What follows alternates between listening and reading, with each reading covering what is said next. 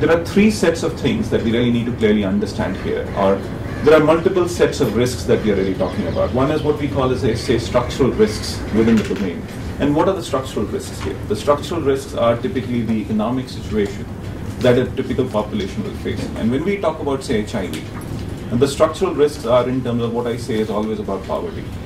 In fact, a simple example here would be that why do actually women get into, say, sex work or whatever? So there are three sets of population which are actually getting into, or which are predominantly facing HIV risk. One is the sex workers or female sex workers. The second one is typically homosexuals. I would typically say men having sex with men. And of course, the third population is about, say, drug abuse, when you're actually talking about needle usage and so on and so forth. Predominantly, a lot of people do not realize that it's the misuse of needles which causes the whole huge level of disease going up. But if there are these two silent situations which we are actually just not noticing. One is homosexuality or homosexual behavior, and the other one is typically the sex workers. The kind of population that is actually going into there.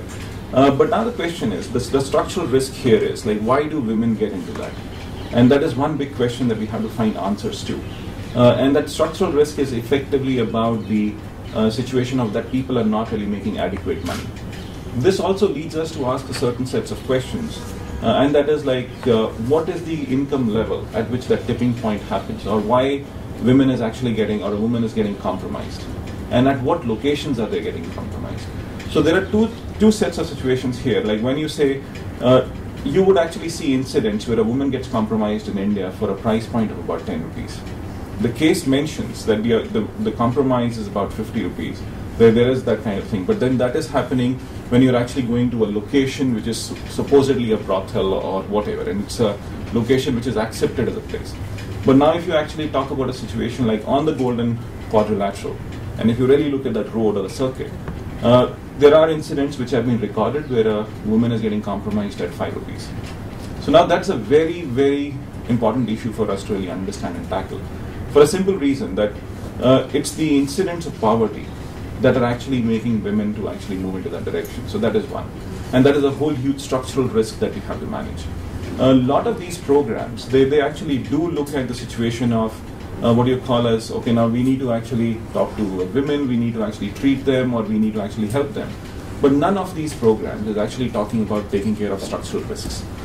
That is the biggest problem in all the programs that we are facing in the country or seeing in the country. Could be the programs like Bill and Melinda Gates Foundation or whatever. Are we saying that we need to make these people move into alternate engagement or an alternate career or whatever? We are simply not doing it. We would actually have a program which says, okay, you actually talk about usage of condoms, to you are talking about improving the sexual conduct or behavior, or you're actually talking about medication, but you're typically not talking about managing the structural risk. The second thing that we always talk about is, say, behavioral risks in all these people. And when we talk about, say, behavioral risks, there is an important aspect here within the behavioral risk. And that behavioral risk is like, how do we actually look at the whole usage of prevention mechanisms like, say, condoms, or how would people would actually accept medicines? What Dr. Puri was telling about 5 minutes back was absolutely an eye-opening statement. That there is this young guy living in the Jama Masjid area who's infected with HIV. His wife is infected with HIV. But he seems to have a superiority complex even at that point in time, wherein he says that I will not get my wife treated till the time I get treated. So that is actually a very huge behavioral risk that we are actually seeing in communities. In fact, the second behavioral risk is like in terms of how men folk, or whatever we actually talk about, like the shoving under the carpet of men having sex with men in India is like a huge problem. It is one of the biggest incidents of how this whole dissemination of disease, wrong word to say, but then I think how this whole disease is actually coming up.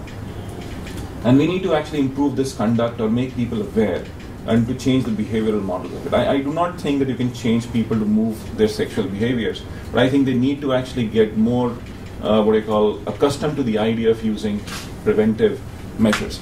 And the third one is what we call as, say, biological risks. And I think you are more bigger and experts on biological risks of how this whole thing actually would disseminate or move ahead. But from an economics viewpoint, I think that these two risks of structural risks and say behavioral risks are something that we need to manage very, very carefully. And what are the newer models of business that are actually emerging to really take care of these two sets of risks?